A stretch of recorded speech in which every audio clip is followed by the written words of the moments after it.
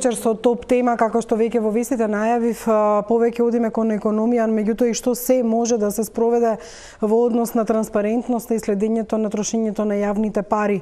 Од објавувањето на ревизорските извештаи, а последен беше тој за јавниот долг, до тоа дали може владата и новата вице-премиерка за јавни политики тоа да го спроведе. Затоа со нас вечерва се и вице-премиерката Славица Грковска, директорот на Заводот за ревизија Максим Азевски, но и универзитетскиот професор Борче Тереновски, кој исто така ги следи и трошењата не само на општините, туку и на буџетските пари. Ова е само вовед во вечерашната топ тема. Останете со нас, почнуваме веднаш по рекламите.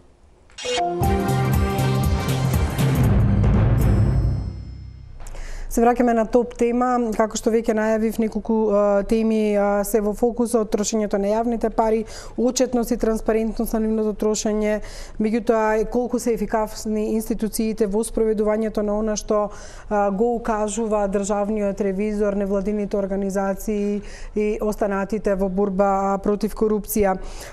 Моите гости, господин Тацевски, господин Треновски и секако вице-премиерката Грковска, се тука да одговорат на прашањата.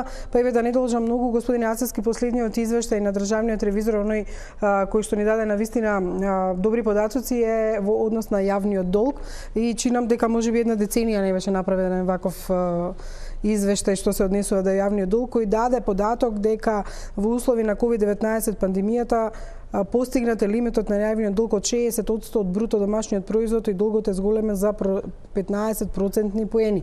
Ова е само едно сегментче извадено од овој огромен извештај кој даде и многу прашања и во однос на ефектите од фискалната политика, даде и како се управувал со јавниот долг, докаде сме со капиталните инвестиции, зошто не се реализираат и дури и поедини работи во однос на трошењето на буџетските пари. Меѓутоа, еве, со оглед на тоа што извештајот е обемет, зошто вие во овој извештај практично поставувате многу прашања? Каков е ефектот, има, например, фискалната политика преку буџетскиот дефицит и управување со јавните инвестиции, кои се финансираат од средства за задолжување врз јавниот долг? Најмалку 5 прашања, барем во главата, гледам дека поставивте. Добро вечер, поздрав до гледачите на Телма. Благодарам за можноста да учествуваме на ова емисија со која што би дала одговор на неколку прашања, пред се на прашањата на користењето на средствата на даночната врзница. Со самата ревизија секако се поставува прашањето начинот на управување со јавниот долг, политиките со кои што се донесени и начинот на задолжување на нашата држава и намената за користењето на средствата обезбедени преку задолжувањето. Во суштина тоа е работено согласно меѓународните стандарди, добрите пракси и секако она што значи законската регулатива во нашата држава за начинот за задолжување. Клучното прашање и од сето она што произлегуваат самиот ревизорски извештај, произлегува дека се утврдени повеќе ревизорски области кои што се предмет на ревизија. Меѓутоа, она што во суштина и од самиот заклучок произлегува, констатираме дека во најголем дел задолжувањето на нашата држава произлегува за покривање на дефицитот на буџетот на државата и секако одреден дел кои што се однесуваат за капитални инвестиции и даваме осврт на начинот на користење на капиталните инвестиции. Меѓутоа, ова покривање, како што гледаме од овој извештај, не е планско покривање, туку некако излегува дека ад хок се покриваат. Не се согласувам сосема со вашата констатација. Државата има одредени политики за начинот на задолжување во овие услови. Мора да констатираме дека во услови на пандемија сите држави, па и нашата држава, се најде во ситуација да изнаоѓа одредени начин на задолжување со цел да обезбеди доволно средства за покривање на дефицитот на државата, бидејќи имаме ситуација кога бруто домашниот производ се намалува и кога даночните приходи во буџетот на државата не се на такво ниво кое што треба да задоволат одредени потреби. И второ, исто така треба да имате во предвид дека државата во текот на 2020 година и 2021 година одвои 576 милиона евра во 6 економски мерки за покривање или санирање на последиците од пандемијата COVID-19.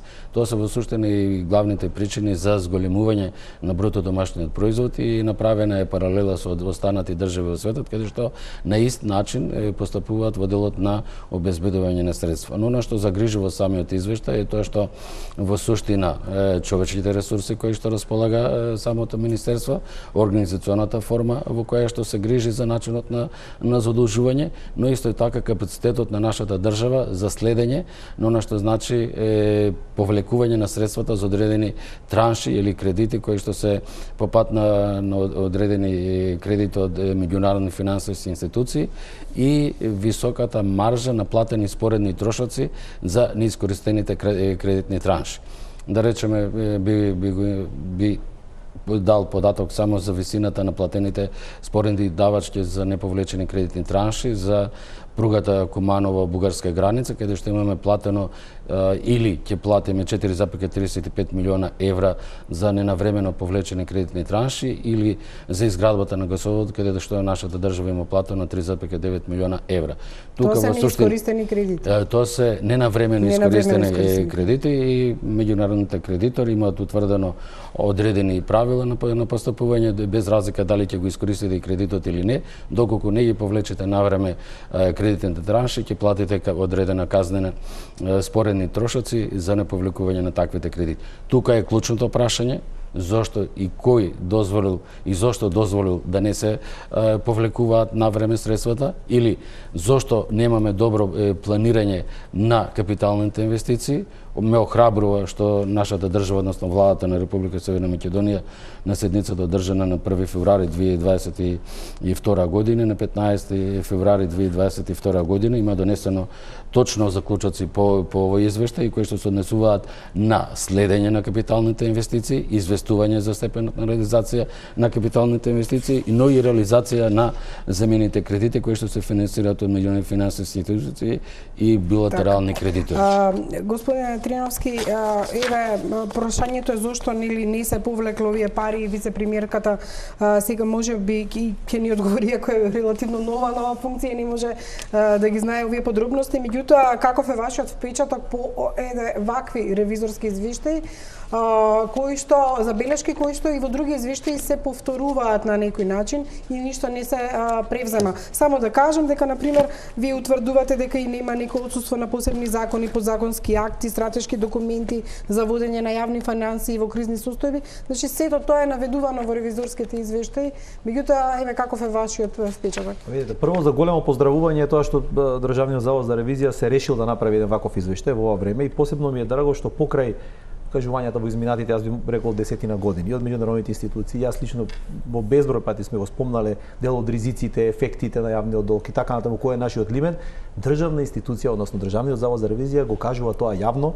обелоденува, кажува дел од пропустите кои се генерално во онаа оперативна како да накажеме рамка или шема поврзана и со јавниот долг, меѓутоа уште поважно она што е со капиталните инвестиции. Јавниот долг се разбира станува интересен кога го поминува нивото над кое ние сметаме дека се смета за одржливо ниво. Кога зборуваме за одржливо, не зборуваме за неможност да се плати долгот или зборуваме за ниво на јавен долг во кое ние за да го одржиме ќе мора да кратиме, да намалуваме определени расходи капитални, макар да намалуваме социјални надоместоци и така. Значи ќе бидеме приморени и стегнати до зид да направиме нешто. Рамнотежното ниво на јавен долг во нашата држава според сите пресметки, зборувам академски пресметки кои ги имаме направено, е некаде околу 56%. Друго е дали оправдано, имавме ковид, пандемија, видете Хрватска, Србија во право е дека најголем дел ги зголемија своите. Меѓутоа доаѓаме до едно ниво, прво прашањето е дали мораше толкова ниво да се зголеми, дали можевме, дали направивме се пред да дојдеме до таму, на страната на расходите и на другата. Дали можеше различно, дали можеше да биде пониско долгот и другата страна, она најважната е дали продуктивно се трошат сите овие расходи со цел и од долгот и од останатите расходи. Еве јас ќе ви кажам една бројка само. Ако погледнете колкаво е, тоа по години се менува, колкав е долгот во однос на јавните приходи. Тоа е 2,8, значи 2 годишни јавни приходи се потребни, значи да не трошите за ништо друго, само да го плаќате долгот. Сега доаѓаме во таква ситуација. Значи долгот сам по себе станува опасен кога надминува од некој одржливо ниво, затоа што на земјите како нашата мали и отворени им треба дупло повеќе време да се вратат под нивото на 60% сега. Значи ќе треба да штедиме, доаѓа нова пандемија, скратено е и така натаму. Оно што е друго важно се механизмите кои стојат за негова контрола и организација. Знаете дека новиот закон за буџети предвидува фискален совет. Одамна го најавуваме тој фискален совет, треба да биде кредибилно тело, тоа можеби еве и во во доменот на вице-премиерката. Во ревизорскиот извештај. Ревизорскиот извештај е ставено и така натаму, че тоа тело би можело анализи и мислење. Тука и позицијата и опозицијата имаат некој, ако на времето ако се сеќаваат, имаат некој консензус. Едните сакаа уставни ограничувања, другите сакаа фискален совет. Значи сите сме спремни сами да се ограничиме. Затоа што дополнително академските истражувања покажуваат дека на секој еден денар зголемен приход, расходите се зголемуваат за 1,3. Тоа е последните 25 години. Значи никогаш ние не сме штеделе кога ги зголемуваме приходите. Ние зголемуваме приход, зголемуваме расход. Тоа е тенденцијата во нашата. Значи ние мора да сме под некој мониторинг институционален, како да кажеме, за да почнеме да намалуваме. Она што е друго важно, што ова да го спомнам за капиталните, нема да бидам долг за да не одземам време, тоа е крвотокот и тест, јас така го нарекувам, на целата државна машинерија. Значи, ако капиталните инвестиции се перфектно организираат, тоа значи дека функционираат и јавни набавки, и планирање, и приоритизација, и контрола, и мониторинг, се функционира. Тоа е цевководот, животот, крвотокот на една економија, капиталните инвестиции. Меѓутоа, тие си најголемиот ризик. И ние имавме една друга анализа, јас спомнувам анализи со цел да го доловам тоа со бројки. Утврдивме дека Македонија може да го направи истиот бруто домашен производ со 27% помалку расходи. Тоа значи дека нашата ефикасност каска. Споредом со земјите од регионот сме тука некаде, меѓутоа 1/3 од нашите расходи со цел да се постигне истиот бруто домашен. Значи постои огромен резервар кој може да го искористиме и тоа се прави со ефикасност на институциите, со И па добро, јас тука и не би сакала да навлегувам со вице-премиерката во однос на конкретни економски прашања, во однос на капитални инвестиции, расходите и приходи. Меѓутоа, она што го спомна професорот е многу битно, а тоа е механизмот да се контролира. Имаше тело, трошењето. може би вице-гувернерката, вице-премиерката ќе ни каже, имаше тело за мониторинг на капиталните инвестиции, беше во програмата на влада и беше планирано да се направи. Тоа требаше да ги мониторира само капиталните. Она што го кажа главниот државен ревизор во однос на загубата на средства по однос на неискористени кредити. Верувајте, тука мора да има одговорност. Зборуваме не само тама, кога земете железници и некои други, има уште поголеми средства. Кога ќе ги претворите во градинки, во школи, зборуваме за огромна сума на средства. Господја Грковска, очигледно имате многу работа и ова се само делови што ги поставуваме од еден извештај кој сепак е многу битен за целата работа. Меѓутоа, како да се воспостави механизам на контрола е најбитното прашање за вас. Со оглед на тоа што вие имате задача и одговорност за креирање на политики за добро владење, сега точно го кажав називот. Меѓутоа, како да се направи тој контролен механизам, фрапантен е податокот колку ние всушност плаќаме за, просто речено да разбере јавноста, неискористените кредити меѓународни. Да, и сакам да заблагодарам Државниот завод за ревизија за ваквата анализа, како и на професорот исто така, како аргумент дека владата многу сериозно ги има сватено овие укажувања и наудите што досега ги има сознаено, е фактот дека разгледувањето на трошењето и реализацијата на капиталните инвестиции е донесена одлука на една од првите седници на владата дека ќе биде редовна точка на дневен ред на владините седници. Во смисла на времено следење на реализација на капиталните инвестиции. Јас во експертскиот дел не можам да навлегувам, не сум тука експерт, ниту пак е тоа во доменот на моето портфолио. Меѓутоа, координацијата меѓу сите институции, како што се Државниот завод за ревизија, Државната комисија за борба против корупцијата, инспекцијскиот совет и сите други институции на кои што заеднички практички треба да ги координира мојот кабинет за да можеме да воспоставиме механизми на внатрешна контрола. И тоа што го вика, што го вели професорот, да воспоставиме еден ефикасен, транспарентен систем на функционирање на институциите кои што го заслужуваат сите граѓани на оваа држава. Во однос на прашањето што професорот ги кажа, нели, најавувани се совети, кој фискален совет, па тело кое што треба да мониторира. Многу работи се ставени на хартија кои што треба да се направат, ама не се направени. Каква е вашата стратегија во однос на формирањето на контролниот механизам, не само за капиталните инвестиции, туку генерално за најбитните точки? И како тие ќе се формираат? Значи, јас не верувам дека имате капацитети и луѓе да можете вие се да мониторирате. Веројатно ќе треба да правите различни тела, составени можеби од експерти. Што е стратегијата во однос на ова? Тоа Затоа се разбира, што секој си бара посебно знаење. Така, тоа се разбира дека капацитетите се лимитирани. Тоа што се законски обврски е едно прашање, како законски обврски тоа владата сигурно ќе го направи. Меѓутоа во другиот дел сакам да истакнам дека покрај соработката со институциите веќе остваривме соработка, континуирана соработка со невладиниот сектор, кој што е во делот на владењето, на креирање на добри политики, во делот на следење на јавните расходи, како се користат буџетските средства, и таа соработка со граѓанскиот сектор е клучна и суштинска за наоѓање на механизам за подобра, од една страна за подобра контрола, од друга страна за воспоставување на систем кој што ќе стане поефикасен и потранспарентен. Господин Ацевски, што е најголемиот проблем од кој ќе дадете еден ваков ревизорски извештај, кој што јас кажав можеби една деценија не беше направен? Каков е фидбекот? И дали воопшто, јас имам неколку ревизорски извештаи пред мене, кои што би ги работеле медиумите, ама за кои што не сме виделе дека потоа нешто се случило. Не зборам само за јавното обвинителство, туку за креирање на политики кои што ќе ги спроведат вашите забелешки. Или имате ли анализа во колков процент тоа што го укажувате, можеби преку враќањето во буџетските средства, не знам. Ако ми дозволите, пред да дадам одговор на поставеното прашање, само да се поврзам на излагањето на подпредседателката на влада. Ако погледнеме упатството за ревизија на превенција од корупција, каде што во суштина едно од клучните алатки во програмата за борба против корупција има 3 столба. Првата е превенција, вториот столб е детекција и третиот столб е реакцијата. Во превенцијата во суштина се рамката на стандардите, кодексот на етика, управувањето со човечките ресурси, интернетен контроли и користењето на влада. Во детекцијата, во суштина механизмот на свиркачи, кој што е воспоставен нашата држава, и внатрешната ревизија, каде што имаме најтесно грло. Она што го поставуваме сега го дискутираме. Значи, ние не можеме да гајаме илузија дека со воспоставувањето на механизам подпредседател на влада за добро управување, дека подпредседателот на влада ќе ги реши сите проблеми и дека ќе воспостави контрола на сите активности. Во суштина, мора да иградеме механизмите за контрола во самите институции кои што се и крајни корисници на средства. Доколку ние немаме систем на интерни контроли и систем на внатрешна ревизија, која што со години не се развива во нашата држава и не е на посокуваното ниво. Еве денеска имавме министерски совет во рамките на Сигма и ОЕЦД, каде што во суштина и добивме како држава критика за воспоставувањето на внатрешната ревизија и на системот на внатрешни контроли. Ние не може да очекуваме дека ќе имаме и добро управување со јавните средства. Понатаму, во делот на реакцијата, во суштина доаѓа истрагата и санкциите и така натаму и така натаму. Што може да констатираме? Дека мора да констатираме дека во суштина најголемот влог во нашата држава треба да го направиме во делот на превенцијата, а потоа во делот на санкции. Ако ние имаме системи или ако институции во јавниот сектор, каде што има добар систем на внатрешни контроли, каде што имаме добар систем на внатрешна ревизија, тогаш ризиците од корупција и ризиците за лошо управување со јавните средства ќе бидат на далеку пониско ниво. Во суштина, како држава, како институција од јавниот сектор, треба да се научиме да управуваме со ризиците.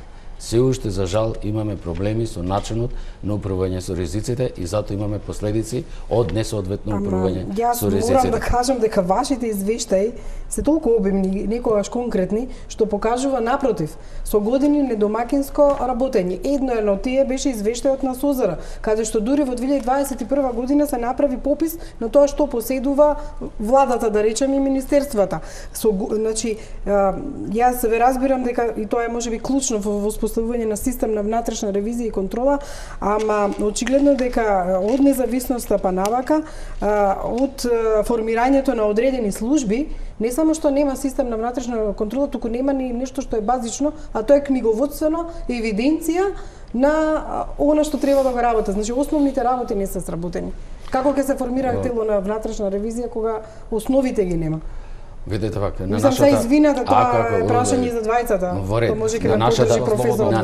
на нашата прва средба, а верувам дека ќе имаме многу средби, јас укажав дека ако не воспоставиме систем на вреднување во јавниот сектор, тоа не значи само за државната администрација или јавната администрација, но во целокупниот персонал. Во догледно време ние нема да имаме информатичари во јавниот сектор, нема да имаме сметководители во јавниот сектор, нема да имаме внатрешни ревизори, нема да имаме државни ревизори. Значи мора да имаме систем на вреднување на резултати. За жал, досега немаме воспоставен систем во кој што ќе се мери учинокот на секоја институција посебно, односно воспоставување на индикатори за успешност со своето работење. Државниот завод за ревизија за своето работење и својот годишен извештај за 2020 година воспостави индикатори во кои што кажува: еден од клучните индикатори за своето работење на Државниот завод за ревизија е дека во буџетот на државата ќе обезбеди дополнителни средства. Државниот завод за ревизија за 2020 година во буџетот на државата обезбедува 10 милиона евра. И логично сега се поставува прашањето зошто Државниот завод за ревизија има зголемен буџет за 2022. Поради тоа што има јасни и мерливи индикатори за работењето. Додека останатите институции не го следат таквиот пример на воспоставување индикатори за мерење на резултатот од своето работење, се дотогаш нема да имаме јасни показатели за оно што сме го сработили. Јас велам, основен предуслов за користење и наменско користење на средствата во јавниот сектор, односно средствата на даночните обврзници, е само системот на внатрешни контроли. Доколку немаме систем на внатрешни контроли, доколку немаме добри сметководители, доколку немаме внатрешни ревизори, доколку немаме инспекции во управата за јавни приходи и така натаму, соодветни човечки ресурси, не може да очекуваме дека ќе имаме зголемен обем на она што значи приходи во буџетот на државата. Со ревизорските извештаи кои што Државниот завод ги прави согласно годишна програма за 2021 година, офаќаме 6 пакети од економските мерки што нашата држава ги дава за компаниите, за невладените организации и за поединци, каде што имаме, а тоа ќе се види по еден месец, катастрофални наводи. Во однос на средствата кои се дадени од државата. Кои што се дадени од државата, а во другата страна недостасува општествената одговорност на крајните корисници. Само да извинете многу информации одеднаш. Тоа значи дека парите што ги давала државата на одредени фирми, дали е водена евиденција на кои фирми се дават, колку пари се дадени и каков фидбекот во однос на искористеноста на тие средства? Поразителни се во однос на тоа што државата нема евиденција каде се е дадено и кој е фидбекот? Нема соодветна евиденција, нема доволно извештаи и немаме општествена одговорност за начин на користење на средства. Се уште имаме правни субјекти кои што не ги исплатиле средствата за вработените, бидејќи едно од мерките беше да се исплати плата на вработените, да се подмират придонеси и даноци, и исто така имаме состојби каде што наместо да се даваат за одредени стимулации, да се развива бизнесот и така натаму, има купување на патнички моторни возила и така натаму, што во суштина не е она што значи општествено одговорно постапување во начин на користење на јавните средства. Во однос на овие информации, со оглед на тоа што вели и ревизорот, ако немаме книговодители, ако немаме IT сектор како што треба внатре, ако немаме луѓе кои што може тоа да го спроводат, тогаш не можеме да очекуваме ефикасна ревизија, внатрешна ревизија. Меѓутоа, од сите нивни пак извештаи не се гледа, не е за похвалба дека институциите на вистина се грижат во околу овие кадровски прашања и пак ќе речеме околу спроведувањето на основните работи што треба да ги спроведат. Еве делото извештај за СОЗР, горе наведената состојба, освен за дел од објектите и возила, набавени со договор со лизинг, имаат ефект на нереално искажана вомбилосна евиденција, што не е во согласност со член 19 од Законот за сметководство. Ова се повторно основни работи. Ревизорот препорачува на СОЗР на владата да обезбеди соодветна документација за регулирање на имотно-правниот статус на недвижностите и изготвување на информација. Една база на податоци немаат и евиденција. Еве, од каде ќе почнете кога вака волку забелешки даваме? Па добро, ние на една од претходните седници на владата донесовме заклучок дека треба да најдеме механизам кој што ќе ги следи заклучоците на Државниот завод за ревизија и ќе направи систем како тие ќе се реализираат до самиот крај. И мојата посета во Државниот завод за ревизија беше токму во таа насока. Прво да се запознаеме, да поразговараме, да размениме мислења и можам да кажам дека имаме ист пристап во тоа кои се најгорливите проблеми во нашата држава и начинот како тие би требало да се решаваат. Неподелено е мислењето дека имаме сериозен проблем со вработените во IT секторот, со вработените во сметководствениот дел. Значи, ние се соочуваме со еден дел во администрацијата со недостаток на човечки ресурси во многу клучни оделенија, а еден дел имаме превработени во друг дел кој што не е толку суштински.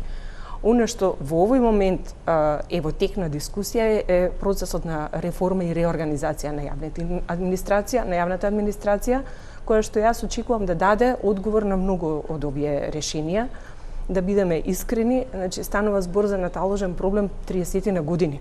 Значи ние 30 на години сме го зборувале ова истото за Државниот завод за ревизија, меѓутоа до сега и покрај тоа што на пример има две тела кои што претходно биле формирани за следење на укажувањата на Државниот завод за ревизија, не дале резултат. Меѓутоа тие сепак се скорешни решенија. Така, добро е тоа што ние за многу кратко време велиме, добро, овие две комисии што постојат не го дадоа посекуваниот ефект, дајте да најдеме механизам како најдобро ќе се следат и навремено ќе се постапува по решенијата и по укажувањата на Државниот завод за ревизија. Тоа нема преку ноќ да го направиме, мислам да бидеме реални.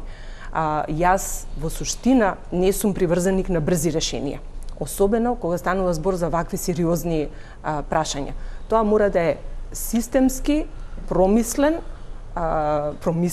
долгорочно решение за кое што сите ќе се усогласиме дека е функционално и дека одговара на тоа што сите сакаме да го постигнеме. А тоа е како најдобро да воспоставиме механизам со кој што ќе ги натераме институциите да бидат одговорни и брзо да реагираат на укажувањата на Државниот завод за ревизија од една страна, а од друга страна да го заштитиме јавниот интерес и да го заштитиме интересот на државата, да не губи државата, да не губиме сите ние средства само заради одредени пропусти. Некои пропусти се чисто од процедурален карактер и од немарност, да кажам, од нечија неодговорност. Меѓутоа, треба да се знае дека ако некој го пропуштил тоа од различни причини, дека мора да има одговорност за тоа. Сите ние носиме одговорност на местата на кои што сме вработени. И ако се види дека тој систем на одговорност функционира, јас ве уверувам дека вниманието и ефикасноста кон исполнувањето на работните обврски ќе биде сосема поинаков. И побрз, и поефикасен, и потранспарентен. Пред да продолжам и со тоа што навистина ако станува збор па и за реформи во администрацијата, болка е колку е таа партизирана. Меѓутоа професоре, со оглед на сето ова што еве вака само сакам да проширам. Дали воопшто е изводливо? Видете, јас имам и веќе неколку вака одма ми дојдоа неколку тесни грла во системи кои веќе постојат и функционираат. Прво сакам ептен едноставно да се обидам да го објаснам ова зошто не функционира системот. Има едно антикорупцијски етички слон се нарекува. Има една приказна кога во село кај што сите се слепи, спаѓа слон и сите го фаќаат и едниот вика е сурла, другиот вика стомак, третиот вика дзите, четвртиот вика. Во суштина тоа е слон и ние не го гледаме пред нас. Тука се граѓаните, граѓанските организации, обвинителство, судство, Државен завод за ревизија. Че тоа е еден систем, едно ако не функционира, се е завршено. Ако обвинителството не функционира и судството, може да се дадат сите решенија од Државниот завод за ревизија, ќе застане на едно место. Затоа се вика слон. Ние пред нас ние планираме граѓанските организации, медиумите, свиркачите, whistleblowersi исто многу важни. Како да ги натераме да функционира, така да тоа е еден цел систем на кој мораме да функционираме. Од каде да почнеме? Го начна дел дискусијата и главниот државен ревизор и вице-премиерката. Прво, јас би го нарекол многу едноставно. Имаме неколку системи кои веќе почнавме на таа. Тука се отворени финанси, тука се, ако се сеќавате, ЕНЕР сајтот за закон, еве законската меѓутоа, видите сега, имаме ЕНЕР сајт кај што треба законските решенија да го поминуваат ситото на народот, експертите, јавноста и институциите. Немате ни еден коментар во делот кај што вика ефекти фискални, буџетски, нула. Имате закон за пушење, нема фискални ефекти. Имате закон за буџети без фискални ефекти. Значи мора да функционира. Добро, и Open Data е... Имате Open Data, го имам запишано второ. Open Data, застарени се податоците. 80% од институциите не ги закачуваат. Законот за дека секоја јавна институција треба да објавува податоци од 2014 година. Јас држев обука 2018-90% од институциите тврдат дека не го знаат и има кривични одговорности по него. Кој е во таа насока, сега да не ги спомнам уште многу решението. Единствено, вице-премиерката ни е тука. Многу едноставно. Имаме Државен завод за ревизија, имаме Државна комисија за спречување корупција. Сите представки и сите институции може да се направи една мапа. Каде е закрчено? Каде застанале забелешките, во кој обвинителство, по кој случај, каде се најголемите представки од Државен за комисија. Тука е и вице-премиерката и владата, нека го обелодена транспарентно тоа, да се види која е најефикасна институција. Да, меѓутоа мислам дека таква мапа треба да се направи за самата институција. Ако државниот ревизор дал еден ваков извештај, верувам дека ќе треба да се знае и да имате вие конкретен увид каде за таа да работите, чија е одговорноста. Не, сакам да кажам да да знаат сите. Име и презиме, да не биде како со слонот пак. Сакам да дојдам и до другото, она што спомнавме за Тие нас немаат име и презиме грешките. Само да кажам за институциите, Снежана, она што го спомнавте. Имаш истражување пред 4-5 години, ама не е сменета ситуација. Само 1/3 од нашите буџетски корисници и министерства имаат методологија со кој го оценуваат своите резултати и аутпути. Значи, само 18% ги оценуваат потребите на клиентите, пример Министерство за здравство и другите, за да го прилагоди буџетот и годишната програма. Другите историски ги припишуваат. Имаме големи дискрепанции меѓу она што го предвидуваат да го потрошат и она што е реалноста. Сакам да кажам, тие се системски проблеми. Господинот Максим спомна дека имаат одлични индикатори. Едни од ретките. Пола од институциите во буџетот на крај немаат аутпут индикатори. Како да измериме? Вика број на отпочнати судски постапки, не број на завршени. Министерство за правда и да не ги налагам, овие се од пред година-две може се сменети. Меѓутоа, ако ги ставиме тие транспарентно, можеме и транспарентно да ги следиме. Одговорноста, затоа викам ова, дојдовме до доброто владење и транспарентноста, мораме институциите, пошто не може вице-премиерката и една институција да ги покрие сите, меѓутоа може да воспостави систем кој ќе прави притисок да се види кој како ги потрошил средствата. Има еден систем се нарекува value for money. Не може да има стратешка институција огромна да не се оцени вредноста за пари. Ние зборуваме сега реализација на капиталните инвестиции. Не тврдиме што ќе направиме со нив, водиме со зборот реализација. А треба да одиме со зборот што ќе постигнеме ефектот од капиталната инвестиција. Сакам да кажам и во вордингот треба да го имаме тоа. Која е вредноста од нашата инвестиција? Што направи министерот? Имаме министер, имаме мандатно писмо, господинот Ковачевски кога го формираше новиот тим вака рече: ние оценивме кои министри си ја вршеле работата, а кои министри не ја завршиле добро работата согласно нивните мандатни писма. Нека биде транспарентно тоа мандатно писмо, да го видиме 2 години поред дали министерот ги исполнува дадените задачи согласно определени индикатори. После ќе имаме основна транспарентна. Да, меѓутоа господинот главен државен ревизор кажа еден многу добар конкретен податок. Трошењето на парите од кредитите, да кажем. Кај што се засегнати повеќе министерства, не само транспорт и врски. Имаше еден пропад на тендер во Правда. Правда. Секоја институција е посебно одговорна за тоа. Па тоа кажувам. Значи, тука пак за вас се наметнува прашањето, кој механизам ќе се спроведе со оглед на тоа што во вашата биографија и дека сте на некој начин инженер кој се разбира и од софтверски решенја и слично, дали еве тоа ќе ви помогне да најдете некој модел каде што ќе има тракинг, знаете како пратка на пошта која оди, што вели професорот. Значи обемна е материјата. Постојама и тоа е. Знам. Дел од земјите го почнаа Жане, еве Словенија 18 години го имплементира тој перформанс систем во јавниот сектор, се уште не го имплементирала. Сакам да кажам, тоа е еволуција во размислувањето на јавниот сектор, да сме бидеме реални. Жално е кога ќе слушнеме еве како медиуми ги обработуваме овие податоци секојдневно и тука застануваат. Застануваат во моментот кога ние ќе ги пренесеме на јавноста, ќе го обработиме извештајот. Овој од 2021 ми беше најшокантен, неуплатен надомек за водно право во износ од 22,1 милиони денари од малите, добро ова беше за хидроелектраните, потоа беше за водното право, потоа беше овој податок 88% од реализираните јавни набавки во време на пандемијата се без оглас, значи само ги пренесуваме и тука завршува.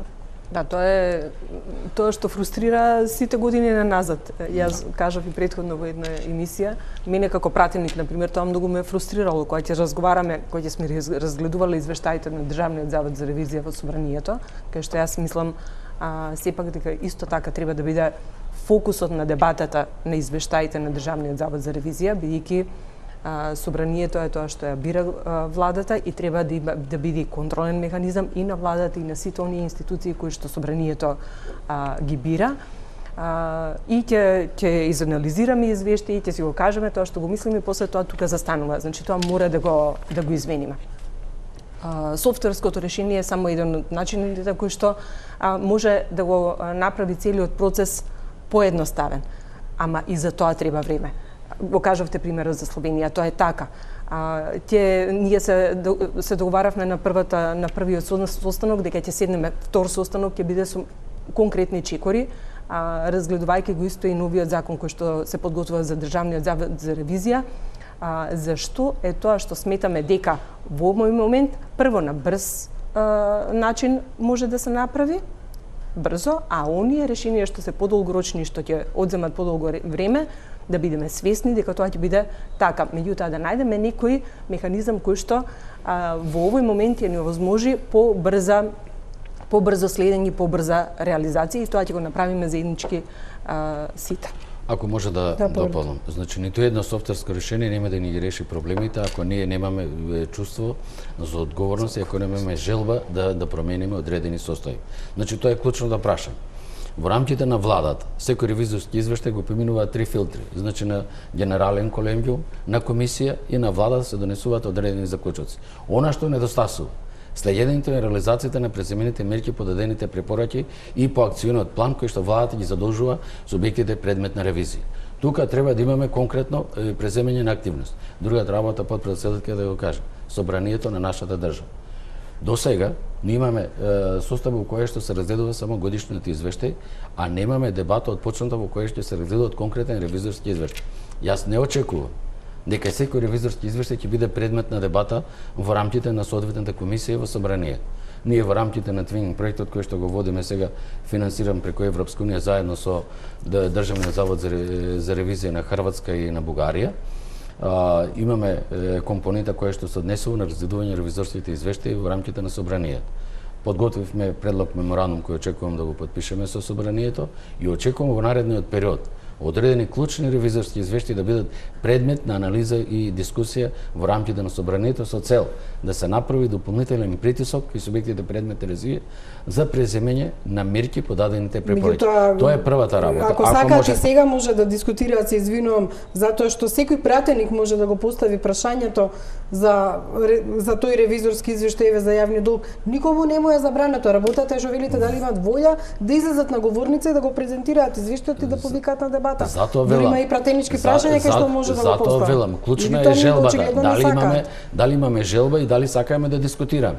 Доколку сакаме да дискутираме, многу нешто може да промениме. Доколку не сакаме да дискутираме, како што каже и професорот, ние ќе произведуваме ревизорски извештаи, ќе доставуваме на надлежните органи, меѓутоа ефектите нема да бидат тоа што треба да бидат. Но има уште една друга работа во која што јас би сакал да се осврнам. Значи, во нашата работа и во нашето постапување и на целокупното постапување во јавниот сектор не смеат да се остават субјектите сами на себе. Впрочем, Државниот завод за ревизија, една од ретките институции во регионот, па и во Европа, направи мапа на засегнати страни. Ево, не знам дали може да се види. Заклучно со 2021 година имаме 380 засегнати страни. Секој ревизорски извештај на денот на објавување заедно со ревизорскиот абстракт или соопштение за медиумите се доставува заедно со тоа соопштение ревизорски абстракт до сите овие 380 засегнати страни. За да утврдиме и добиеме повратни информации за нашето работење, за степенот на задоволство на сите овие засегнати страни и за степенот на задоволство на граѓаните преку Facebook страната, направивме прашалник за обезбедување на повратни информации за степен на задоволство работењето на Државниот завод за ревизија. За жал, немаме повратни информации од сите овие засегнати страни. Ако ние можеме континуирано да доставуваме информации до овие 380 субјекти, тие 380 субјекти може да одвојат 5 минути и да вратат повратна информација да го пополнат тој прашалник. Значи, кога зборуваме за меѓусебното почитување, за меѓусебната соработка, треба да имаме повратна информација од другата страна. Не може само Државниот завод за ревизија да испорачува одредени услуги, да испорачува одредени информации, а кога ќе дојде да се обезбеди повратна информација да недостасува. Само да се надоврзам ако може.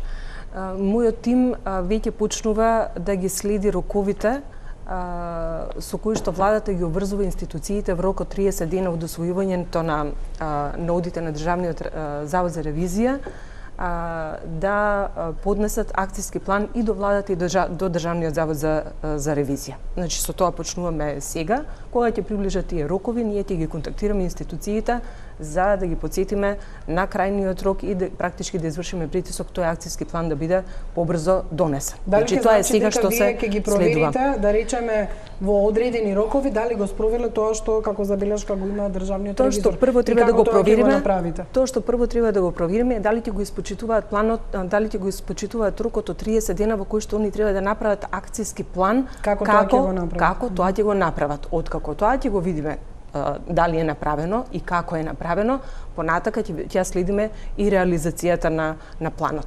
Тоа во овој момент не можам да ви кажам колку човечки капацитети бара. Лимитиран е бројот на луѓе во мојот тим, Меѓутоа, мислам дека со добра организираност и заедно во соработка и со Државниот завод за ревизија и со други, реков, институции кои што се сите инволвирани, сигурна сум дека може да го направиме, да се разбереме. Значи, ова е прашање кое што не може да го направи ниту еден човек, ниту еден кабинет, како што рече директорот. За ова мора сите кои што сме инволвирани, координирано и заедно да најдеме механизам како ќе го направиме тоа. Јас во овој момент ви кажувам кои чекори се веќе превземени од страна на мојот кабинет. Имате предвид дека веќе 3,5 недели сме практички на оваа позиција. Меѓутоа, многу работи се направени и понатака се разбира дека заедно во договор ќе продолжиме понатака за до крај да воспоставиме еден сериозен механизам што ќе функционира.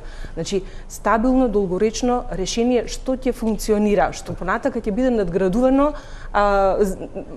во позитивна смисла, меѓутоа еден стабилно решение кое што долгорочно може да функционира и понатака да бидеме поефикасни во реализација на ангажувањето. Професор, на ова што го вели вице-премиерката кај нас и да се воспостави механизам и да се направат реформи. Проблемот е одржливоста, затоа што новиот вице-премиер, новиот министер кој ќе дое, се менува политиката.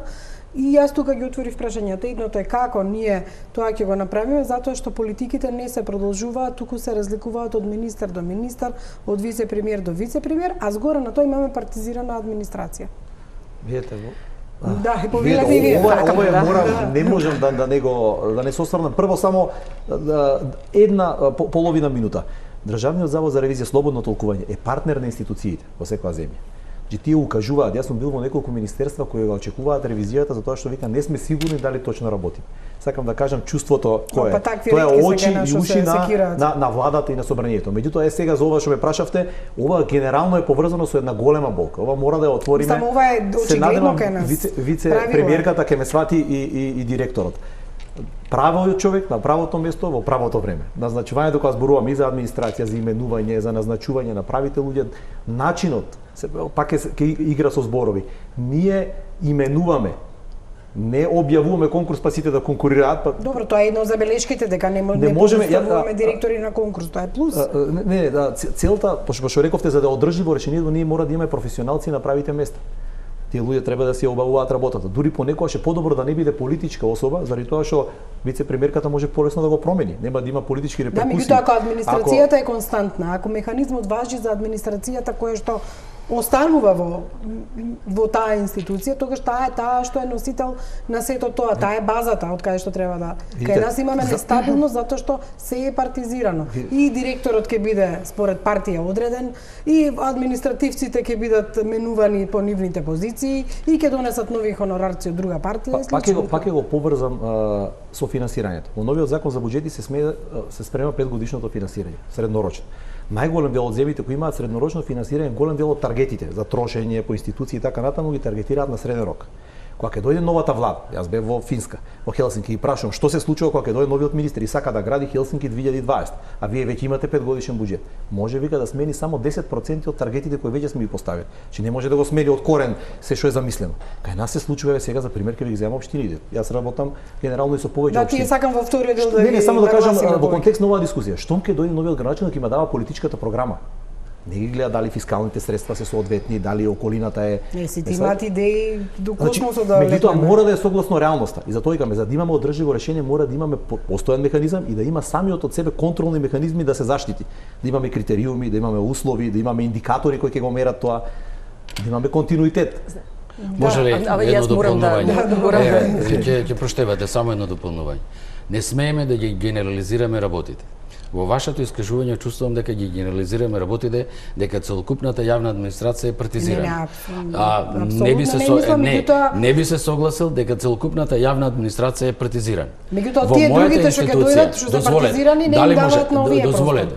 Не партизираните, така мислам. Во мојата институција, односно во Државниот завод за ревизија каде што јас управувам, ниту еден вработен не е поместен од својата позиција. Не, меѓутоа треба да градиме култура на професионализам. Само со такви столбови и почитување на професионализмот. Ама политичка фигура оставена за директор. Добро, јас морам тука да интервенирам и затоа инсистирам да ако се отворени конкурсите, вице-премиерка, ако се отворени критериумите, тоа е првиот влез за довербата на граѓаните во институциите. Сакам тоа да го кажам во контекст на сакам да кажам колку е важно и колку се согласувам со ова прашање. Првото нешто што го направив откако стапив на функција и го викнав тимот кој што е вработен. Значи тоа се вработени во јавна администрација. И им реков, јас ви ја давам мојата доверба. Доколку сакате да работиме заедно, ќе имаме многу работа, ќе ги распределиме обврските. Од вас очекувам честно, одговорно и ефикасно да си ја вршите работата. И да запамтите дека вие сте јавна администрација, која што треба професионално да работи, без разлика дали сум сега јас, кој ќе биде утре позади мене или која политичка гарнитура. И тоа постојано им го повторувам, заради тоа што сметам дека е многу важно да сватат дека се дел од јавна администрација која што треба професионално да си врши своите обврски. И тоа е едноставно, министрите и директорите, тоа вие што го правите така мора да биде. Нема друг начин да се разбереме. Значи ние немаме друг избор за поинаку да се однесуваме ако сакаме добро на нашата држава. Ние едноставно мора да сватиме дека тоа е единствениот начин на кој што може добро да функционира. И сега, меѓутоа како да ги натерите вашите колеги тоа да го направат, а се дојдени од различни политички партии и постојано се минуваат во зависност од тоа каква влада ќе се направи. Еве јас кажувам на моите вработени. Прво, треба да изградат чувство дека припаѓаат на институцијата и дека тие треба да бидат посветени на својата работа. И втората работа треба да имаат чувство на припадност и желба кон државата. Државата ги финансира. Кај голем дел имаат чувство кон партијата. Добро, сега видете, новела, не мора да се менува. Не мора да се менува. Има едно решение, тоа се вика резултати. Ако поставите резултатите, тие што не можат сами ќе се повлечат. Поставете ги резултатите транспарентни, ограничете ги оние што ги зборувавме перформанси. Ако видиме дека директорот 3 пати не искористува средства по транша и загубил 7 милиони евра неискористени пари затоа што не го подигнал кредитот, пример од некоја меѓународна банка, не може тој директор да биде 3 пати директор во било која друга институција. Значи резултатот мора да е видлив, ако е транспарентен, сами ќе се филтрираат. И повикувањето на одговорност едноставно мора да системот на понесување на личната одговорност од позицијата кои што ги носиме едноставно мора да профункционира. Дали тоа ние треба да се сметаме дека не само лично како граѓани, јас мислам дека е тука неподелено само прашање на тоа колку реално до сега тоа се манифестирало. Меѓутоа наша одговорност заедничка е како да ја подигнеме свесноста за општото добро. Значи ние некако сите овие години наназад и изгубивме таа свесност за тоа како да го чуваме општото добро, да сватиме дека општото добро е наше добро. Јас вас ве разбирам, дали само пред рекламите едно блиц прашање, дали кога ќе утврдите дека некој директор не е искористил таа транша, вие како вице-премиерка ќе објавите на медиумите дека ние после толку рокот од 30 дена за акцијски план, после утврдивме дека тој и тој не постапува како што треба. Или ќе мора, заради тоа што е коалиционен партнер, можеби тој директор, да си прекјутите. Гледайте, тоа што се договоривме е дека ние ќе градиме системски решенија кои што нема да бидат врзани ниту за личност, ниту за политичка гарнитура. Затоа повторно инсистирам цело време на долгорочни и издржани системски решенија кои што ќе бидат апликативни, а не само да речеме еве, добро се договоривме, тоа ќе биде така и после тоа од реализацијата ништо. Значи ако направиме таков систем што ќе функционира, тогаш нема да биде важно дали е некој од некаква политичка гарнитура или не.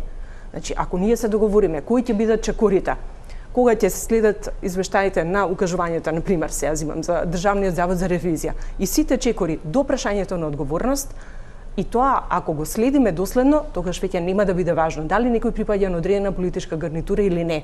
Или пак, дали некој смета, ако е од друга политичка гарнитура, која што не е во моментот на власт, а е вработен во јавна администрација, дека тоа и прашањето на покренување на негова одговорност неминовно го врзува со фактот дека е член на политичка партија која што е во опозиција, што не смее да се случува. Значи, не може некој да се крие зад политичката припадност, кога не си ја извршува задачата и да се повикува на тоа дека е санкциониран заради тоа што е припадник на одредена политичка партија, во суштина се сведува на тоа на непочитување на работните обврски што ги има. Пауза за реклама и продолжуваме во завршница на оваа дебата.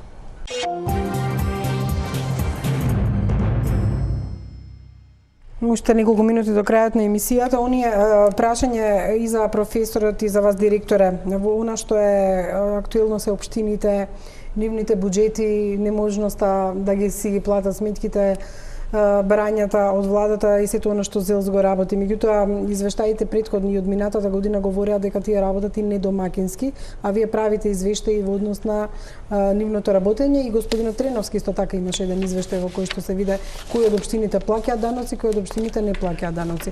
Дали во една ваква ситуација, народски ги прашам, имаат образ да барат пари? Јас мислам дека не се искрени намерите и мислам дека до крај не се издржани и не се елаборирани. Има многу факти во кои што треба да ја кажеме вистината. Ако погледнете измените на Закон за финансирање на единици на локална самоуправа, во 2021 година се дозволи планирањето на буџетите да биде во рамките 50% поголемо од преходните 3 години остварени приходи или и така натаму. Со тоа, во суштина, дозволивме да уште повеќе општините се задолжуваат. Во овој момент, според податоците од Министерството за финансии, имаме 12 единици на локална самоуправа кои што и понатаму се блокирани или блокирани се со неподмирени обврски од некаде 24 милиона евра. Тоа е едната работа. Втората работа, кога зборуваме за електричната енергија и така натаму, никој не кажува дека комуналната такса за јавно осветлување е покачена за 9,52%. Еве ги направени се пресметките со точни факти и податоци во кои што укажува дека комуналната такса за јавно осветлување е покачена, но ова досега никој не го кажа и не е пренесено на граѓаните. Втората работа, кога зборуваме за електричната енергија, ако согласно закон единиците на локална самоуправа добиваат блок дотација, која што однесува за одредени надлежности утврдени со Законот за локална самоуправа. Зошто не се излезе со јасна, издржана, елаборирана методологија и анализа да каже во моментот на пренесување на надлежностите од централна власт на локална власт, цената на чинење за одредени пренесени надлежности изнесувале толку и толку и толку. Цената на нафтените деривати чинело толку и толку, цената на електричната енергија чини толку и толку. Во овој момент цената на чинење на пренесените надлежности чини толку и толку и да седне партнерски да се бара она што е.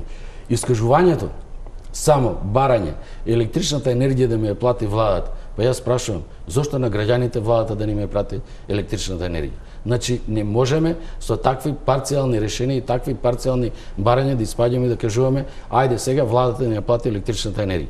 Понатаму, дали некој воопшто се запрашал во единици на локална самоуправа, дали го утврдил нивниот фискален капацитет? Професорот ја зборува повеќе за тоа и бидејќи му е и повеќе специјалност. Со нашите ревизии утврдуваме дека во одредени единици на локална самоуправа тие воопшто не се заинтересирани за комплетно наплатување на она што значи даноци, имот, комунални такси и така натаму, него е најдобро да бараш и да ги очекуваш блок дотацијата и централната власт, бидејќи имаме единици на локална самоуправа кои што се и тотално зависни од дотациите од буџетот на државата.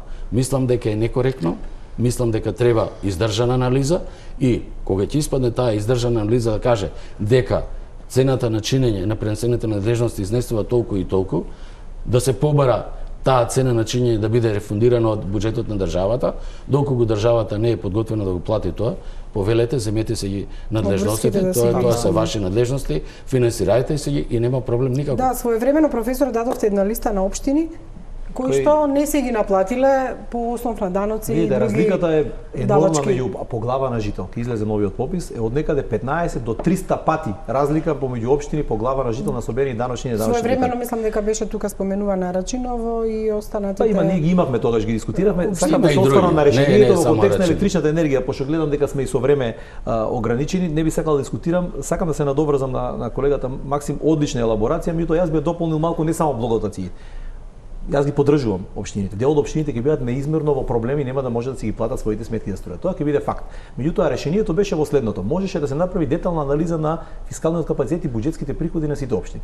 Имат општини кои имаат значајни водоговорни услуги и така натаму, да ги видиме буџетите, да поставиме критериуми на одржливост и индикатори и план за, како да кажеме, за рационално штедење во периодот кој доаѓа. Откога ќе го направиме планот и ќе оцениме кои се општините кои можат согласно планот да опстанат на оваа цена на струјата, кои се општините кои не можат. Повелете на владата, имаме 20, најверојатно дел од руралните нема да може да се плата струја. Меѓутоа кога ќе излезете со фактичка анализа она што го зборувавме по индикатори што може, тогаш веќе имате конструктивно барање за тоа што не може да се остави точно е без струја. Ви беше во таа насока. И сега како работат општините, колка е одговорноста на градоначалниците, тоа веќе е прашање за кое би можеле тоа е посебна емисија. Поготово на наплатата на сопствените приходи. Тука ако влеземе во дискусија ќе видите дека тука е некаде и волјата прашање, тука е некаде. Добро, Делке кажа дека е наследила состојбата ако се нови градоначалници и ќе се извадат на тоа дека тој претходниот трошал на хонорарци и роднини. Видите, планирањето го подобривме. Ја направивме со 10% кога се воведе делот кој беше со планирање. И наплатата на даноци се подобри планирање. Ние го зголемивме на 30 па на 50%. Значи со фискалните правила да не немаме време. Владата беше повикана да ги плати овие средства и притисокот е на нејза. Вие не сте министер за финансии за да им одговорите во однос на овие прашања, меѓутоа како контролор еве да речеме дали воопшто може да се одговори еве без контролен механизам за трошење на буџетски пари. Ама не сум ни контролен механизам да се разбереме. Сепак станува збор за креирање на политика за добро владење кој што треба да координира повеќе институции во тој дел, меѓутоа ова е доменот во сосема на друг ресор и јас би било несериозно да дадам конкретен одговор. Имаше одговор од страна на владата, јасно беше кажано на барањата на локалната самоуправа. Јас само сакам да потенцирам тоа што веќе беше кажано дека имам впечаток дека добар дел од градоначалниците не се свесни за ингеренциите и обврските што ги имаат. И тоа генерално ние го имаме како генерален проблем. Мислам дека секој од нас, кога ќе му биде понудена одредена позиција, треба прво да се запраша кои се обврските што ќе ги има на таа позиција, какви се одговорностите и дали секој од нас има капацитет да ги извршува тие обврски и одговорности. И кога ќе се прииспита себе си, тогаш да се даде одговорот дали ќе се нафати или не. Значи, градоначалниците, меѓу другите, очекувам да биле свесни и да знаат кои се нивните обврски и одговорности како градоначалници, зашто во спротивно, ако како градоначалници не очекуваме за секој проблем од владата да бараме финансии да ни се реши, секој од нас може да биде градоначалник. Не можеме да отвориме оваа крајна. Можеме да амнестираме и централната власт за тоа што 50 милиони евра плати пред неколку години. Значи тогаш се направи со специфичен механизам. Значи општините се научени како викаат, ако еднаш го направите ова од државата. Благодарам многу за учеството во емисијата. Факт е дека оваа тема бара и поголеми дискусии, медиумите се тие што ќе ја следат оваа проблематика. Ви благодарам за вниманието. Останете со програмите на Телма, следува серијата Биро.